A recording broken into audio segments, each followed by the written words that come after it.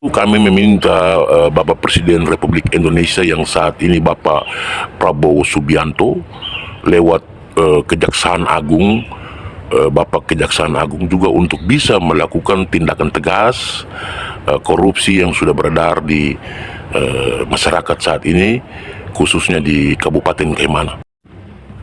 Ya, jadi Bupati Freddy seorang bupati yang sebetulnya mau dikatakan adalah seorang munafik. Dalam hal ini, yang bersangkutan ini selalu membanggakan negeri Kaimana. Tetapi di lain sisi, tindakan yang dilakukan tidak seperti yang dinyatakan itu. Seperti contoh, menyerang kandidat-kandidat bupati yang dari anak negeri, bahkan hampir seluruh partai politik diambil oleh yang bersangkutan. Hari ini, tanpa dia sadari, dia melakukan proses gugatan terhadap anak negeri itu sendiri. Di sini dilakukan secara berbeda oleh yang bersangkutan.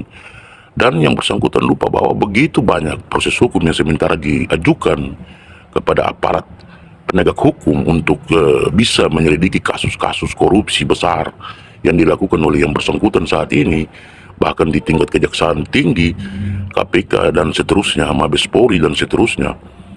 Kami meminta agar adanya suatu tindakan tegas aparat hukum untuk bisa mengevaluasi tindakan yang dilakukan ini.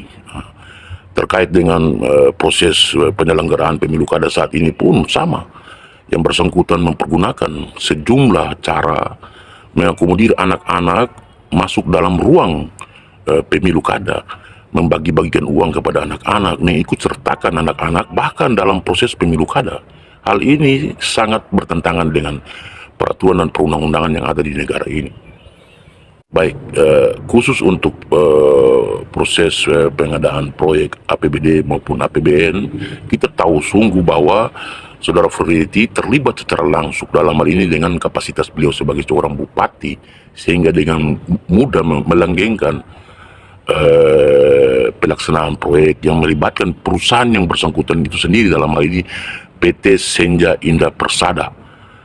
Di situ yang bersangkutan memiliki perusahaan tersebut. Satu, yang kedua, memiliki AMP Aspal Mixing Plant yang tentunya untuk mengerjakan pekerjaan-pekerjaan di atas 20 miliar yang diinstruksikan oleh Kepres. PT yang tentunya mengerjakan sejumlah proyek-proyek besar. Di sini kan tanpa dia sadari bahwa sudah melibatkan kewenangan dia sebagai seorang bupati dalam menyelenggarakan proses pemerintahan yang ada. Maka tuduhan kami adalah yang bersangkutan sudah melakukan KKN itu sendiri. Demikian. Pelaksanaan kegiatan yang dilakukan oleh Pak Freddy sejak tahun 2020 mempergunakan perusahaan dia sendiri, yaitu PT Senja Indah Persada. Kualifikasi perusahaan PT itu kita semua tahu bahwa di atas 20 miliar. Terus yang bersangkutan juga mengelola BBM daerah Kaimana, Kabupaten Kaimana. Ya, satu tahunnya hampir 10 miliar.